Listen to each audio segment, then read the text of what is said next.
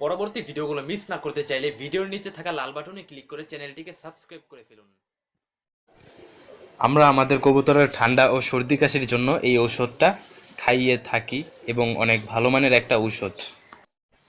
Hello viewers, আপনারা সবাই কেমন আছেন? আশা করছি সবাই অনেক অনেক ভালো আছেন। কিন্তু আমি প্রত্যেকটা ভিডিওতে বলে যাই যে আপনারা কেমন আছেন, কিন্তু কেউই বলেন না যে আপনারা যে কেমন আছেন, ভালো কি খারাপ আছেন। এটা আপনারা দু একজন বাদে কেউই বলেন না। তো আশা করি আপনারা বলবেন যে আপনারা কেমন আছেন, কমেন্টে জানাবেন। তো আমি আলামিন আজকে একটি নতুন একটা ভিডিও নিয়ে আসলাম। তো আজকের টাইটেলটা দেখে বুঝতে পেরে গিয়েছেন যে আজকের ভিডিওটা কী বিষয় নিয়ে। তো আজকের ভিডিওটা হচ্ছে কবুতরের ঠান্ডা এবং সর্দি কাশি এবং বদহজম অথবা বমি করলে আপনারা কোন ঔষধটা খাওয়াবেন। তো এই বিষয়টা নিয়ে আজকের ভিডিওটাতে আমরা আলোচনা করব। চলুন শুরু করা যাক।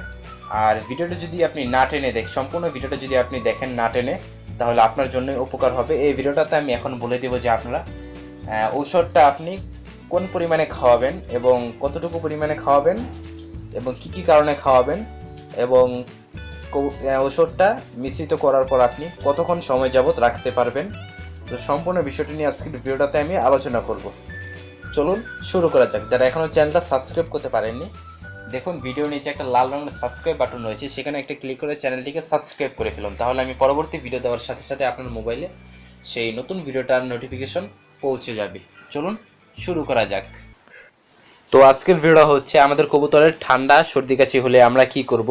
তো আমাদের কবুতরটা যখন একটা ঠান্ডা রোগ চলে আসে, ঠান্ডা এবং সর্দি কাশি রোগটা চলে আসে আমাদের কবুতরের মধ্যে, শুধু এই রোগগুলোই থাকে না, এর সাথে আরও নানান রোগ দেখা দেয়।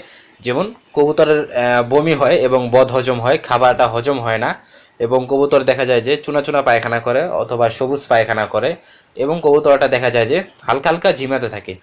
তো এই এই 3 থেকে 4টা রোগের মূল কারণটাই হচ্ছে আপনার কবুতর ঠান্ডা রোগ।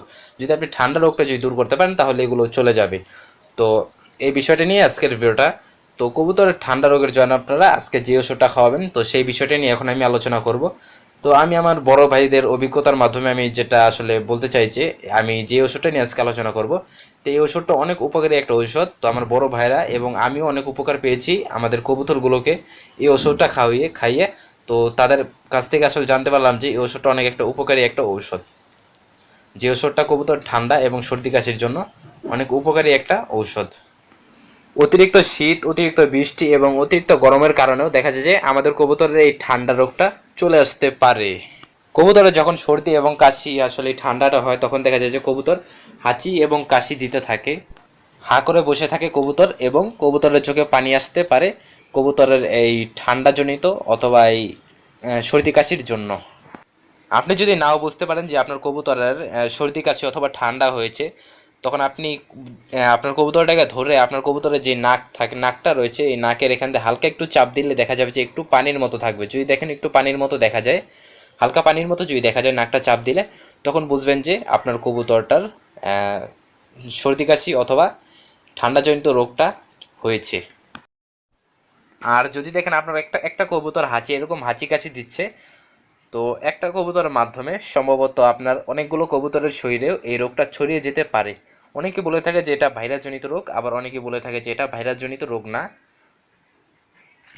তো আপনার আমার হাতে এখন যে ওষুধটা দেখতে পাচ্ছেন, এটা মনে হচ্ছে হিস্টাল। দেখুন, HISTAL, হিস্টাল।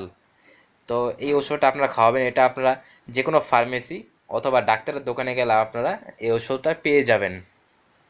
এটা একটি চমৎকার একটা ঔষধ, খুব তাড়াতাড়ি আপনার কবুতরের সর্দি কাশি এবং ঠান্ডাজনিত রোগটাকে দূর করে দিবে এবং আপনার কবুতরটা সুস্থ হয়ে যাবে। এই ওষুধটার মাধ্যমে আমি অনেক উপকৃত পেয়েছি। আসলে মূলত আমি যে জিনিসটার মাধ্যমে উপকৃত পাবো, নিশ্চয়ই আপনারাও সেই জিনিসটার মাধ্যমে উপকৃত পেয়ে যাবেন। কারণ আমি যদি জিনিসটার মাধ্যমে উপকৃত না পাই, তাহলে আপনারাও পাবেন না। ফেক ভিডিও বানিয়ে কোনো লাভ নেই। তো আমি সবসময় আপনাদেরকে পিওর জিনিসটাই দিতে চেষ্টা করি। ইউটিউবের মধ্যে কবুতর চ্যানেলের মধ্যে মূলত এই চ্যানেলটাই হচ্ছে একটা পিওর একটা কবুতর চ্যানেল, যেই চ্যানেলে মূলত কবুতরের নানান বিষয়ে টিপস দেওয়া হয়। তো এখন আমি আপনাকে বলবো যে এই হিস্টাল, এই ঔষধটা আপনারা কবুতরকে কীভাবে খাওয়াবেন এবং কতটুকু পরিমাণে খাওয়াবেন। তো এটা খাওয়ানোর নিয়ম হচ্ছে আপনারা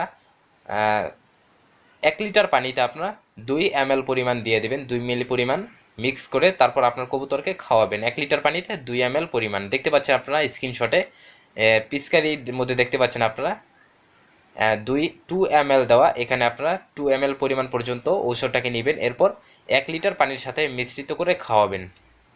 আর অবশ্যই চেষ্টা করবেন যে আপনি যখন পানির সাথে মিশ্রিত করে ফেলবেন, মিশ্রিত করার পর আপনি 1 থেকে 1.5 ঘন্টার মধ্যেই এই ওষুধটা খাইয়ে ফেলতে, কারণ এরপর আসলে কবুতরের মূলত যে আমরা পানিটা নিলাম এই পানির মধ্যে যে ওষুধটা মিক্স করলাম এর গুণগত ওই মানটা চলে যায়, তখন দেখা যায় যে আমাদের কবুতরকে খাওয়ালে কোনো লাভ হয় না। এই জন্য 1 ঘন্টার মধ্যে খাওয়াতে চেষ্টা করবেন। আর ভিডিওটা ভালো লাগলে চ্যানেলটিকে সাবস্ক্রাইব করুন।